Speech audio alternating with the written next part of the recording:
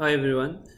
In this video we summarize what we studied so far about conjugate gradients, and also we introduce the final modification that we will study about conjugate gradients, which is basically what's called nonlinear conjugate gradients.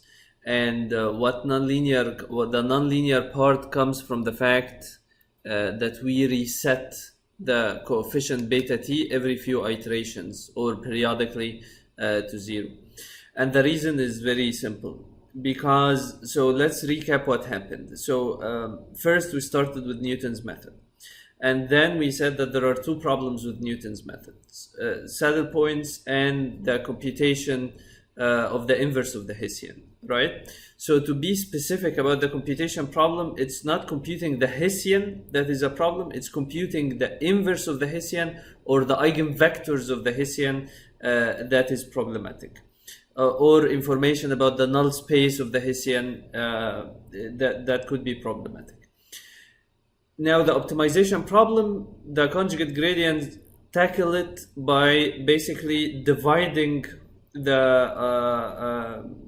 optimization problem in the large parameter space into separate optimization problems into one-dimensional spaces.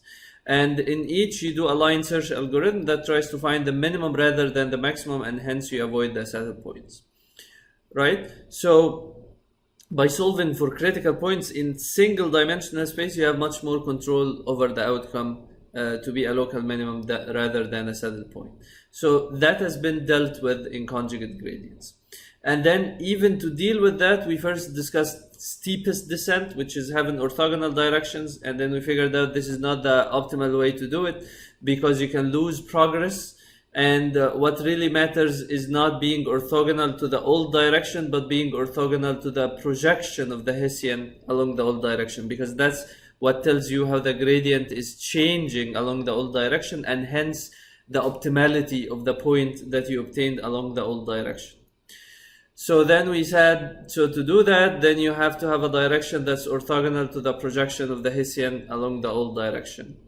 And to do that, basically you need to have a computation of the eigenvectors of H so that you estimate the new direction. So the computational problem remains similar to what we had originally with Newton's method. And then because of that, then we introduced the modification, which is basically instead of finding the conjugate direction exactly, then you just modify the steepest descent to have a coefficient beta t times the old direction, right? And we mentioned two methods, Fletcher-Reeves and Pollack-Ribier. And Fletcher-Reeves is basically beta t is the norm of the new gradient divided by the norm of the old gradient, and Pollack-Ribier, which is what's mentioned right here, right? So it's the difference of the new minus the old gradient projected along the new gradient divided by the norm of the old gradient, right? So the problem here is that there is no guarantee so we mentioned both Fletcher-Reeves and Pollack-Ribier. If the function is quadratic, then they will converge in k iterations, where k is the dimensionality of the parameter space. But if the function, which is typical in deep learning, far from quadratic, then there is no guarantee. Now the problem here is that there is an error in this computation of in this approximation, right? Relying on beta t instead of the Hessian. The problem is that this error in the approximation accumulates, and you no longer have a useful direction. That's what people observe in practice after many iterations.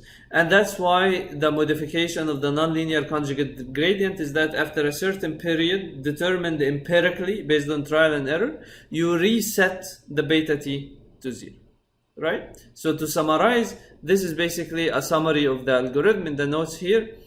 So in iteration t, you compute the gradient, you evaluate it at the current point theta t, and then you compute the Pollack-Ribier coefficient, and if the iteration number corresponds to the period of resetting beta t, then you reset beta t, and then you compute basically the new direction rho t equal minus the gradient plus beta t times the old direction.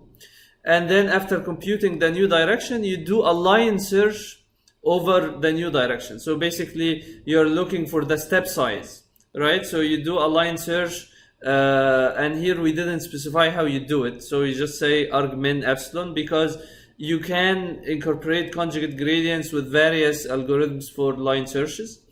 And then you update the parameters basically after determining the optimal step size. Right? So also in practice, it's often beneficial to start training with few iterations of stochastic gradient descent before applying the nonlinear conjugate gradient. Now, this method turns out to be, like it's observed to be successful in practice. At first, it was introduced for full batch training, and then with the emergence of deep learning. With the emergence of deep learning, you have this